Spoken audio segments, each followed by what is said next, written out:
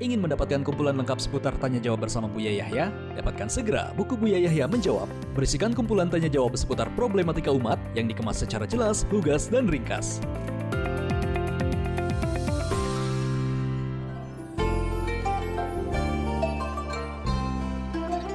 Bismillahirrahmanirrahim.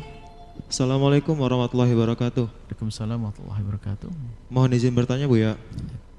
Ada titipan doa dan pertanyaan dari teman saya yang baru-baru ini sudah mulai berdakwah ke masyarakat.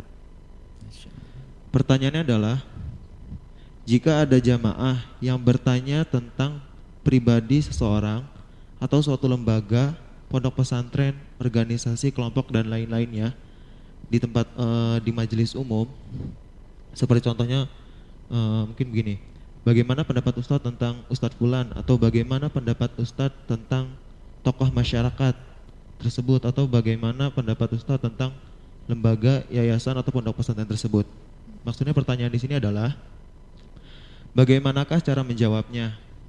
Jika yang ditanyakannya itu benar, maksudnya seperti Ustadznya benar atau pondok pesantrennya sealiran dan semanhaj, sampai setingkat manakah kita diperbolehkan mengangkatnya? Dan jika yang ditanyakannya itu adalah contoh mungkin tokoh masyarakat yang salah atau pondok pesantren yang tidak semanhaj, sederajat manakah kita boleh menurunkannya, begitu Bu ya? Baik. Sekian. Syukran kasiran. Wassalamualaikum warahmatullahi wabarakatuh. Waalaikumsalam warahmatullahi wabarakatuh. Jika orang bertanya di majelis umum tentang seorang tokoh atau lembaga, jika yang ditanyakan adalah tokoh dan lembaga yang benar, seiman, seakidah, benar dan tidak diselewengkan, maka sepatutnya kita untuk menjawab dengan terang-terangan, karena itu termasuk kita menyeru kepada kebaikan, bahkan memangkas kedengkian dan kengirian di hati kita, kecuali memang kita menangkap di situ memang akidahnya benar tapi akhlaknya rusak. Nah ini kita bisa saja diam sesaat atau menunda supaya tidak disampaikan di majelis umum. Nah ini yang kedua ya. Kalau ada sesuatu yang rusak misalnya tadi, ini kita jawab, atau akidah yang sesat dan sebagainya, itu pun juga tidak serta-merta kita jawab, karena tidak semua orang mengerti tentang itu semuanya. Bahkan bisa jadi sebagian orang itu adalah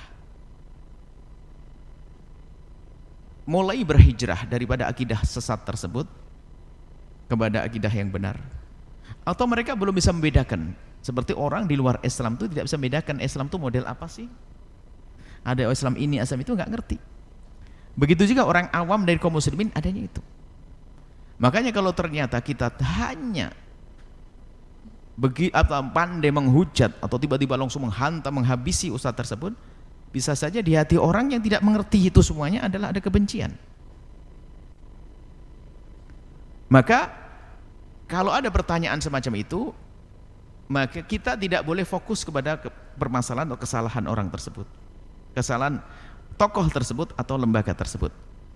Akan tapi nanti lebih kita umumkan, karena apa? Yang terjadi bukan hanya di lembaga tersebut, dan semua orang bisa menilai kalau kita beri pemahaman. Jadi kita kasih rambu-rambu, ciri-ciri kelompok lembaga yang sesat adalah dengan cara semacam ini. Hati-hati.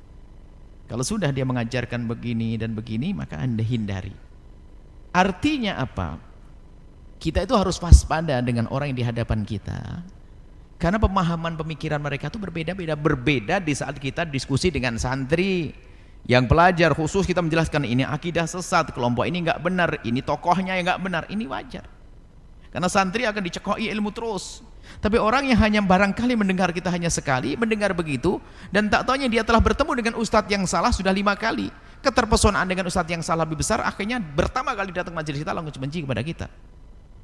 Tapi nggak boleh kita membenarkan sesuatu yang salah, juga nggak bisa.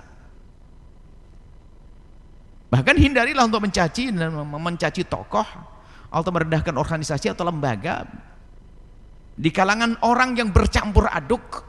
Karena apa? Itu akan membuat fitnah di tengah-tengah mereka. Nah, kalau ingin menjelaskan di kalangan orang-orang seperti itu yang campur aduk adalah rambu-rambunya. Islam seperti apa sih yang benar itu? Biar tahu sendiri mereka.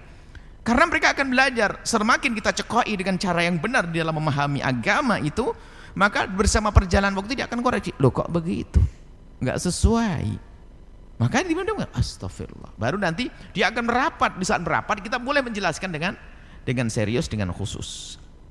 Artinya itulah yang disebut oleh Nabi Muhammad dengan hikmah. Kita tuh bisa hikmah seorang ustadz yang hakim seperti orang dokter yang bijak. Dokter hadik. Seorang ustadz yang hakim seperti dokter yang hadik, yang cerdas. Jadi berapa dosisnya seberapa? Pengobatan itu persis dosisnya. Kalau kebanyakan dosisnya mati orangnya. Kalau kurang dosisnya lemah penyakitnya, tambah kebal, bukan tambah baik. Jadi di saat menyampaikan apa-apa tuh harus betul-betul kita waspada. Kuncinya seperti yang disampaikan guru mulia apa? Keluarkan dari hawa nafsu. Kadang-kadang itu gampang gak bawa emosi. Keluarkan dari hawa nafsu. Kalau sudah hawa nafsu nanti kemana-mana tuh gampangnya. Wah, habis keluarkan dari hawa nafsu. Selesai nanti kita akan menjelaskan kebenaran tanpa hawa nafsu, tanpa membenci, tanpa dengan kebencian. Biarpun tuh orang akidah sesat kita jelaskan sebang pemikirannya begini-begini, tanpa harus dengan kebencian. Nanti akan ada nur hidayah yang Allah berikan kepada siapapun dari hamba-hamba Allah seperti itu. Allah alam bisawab.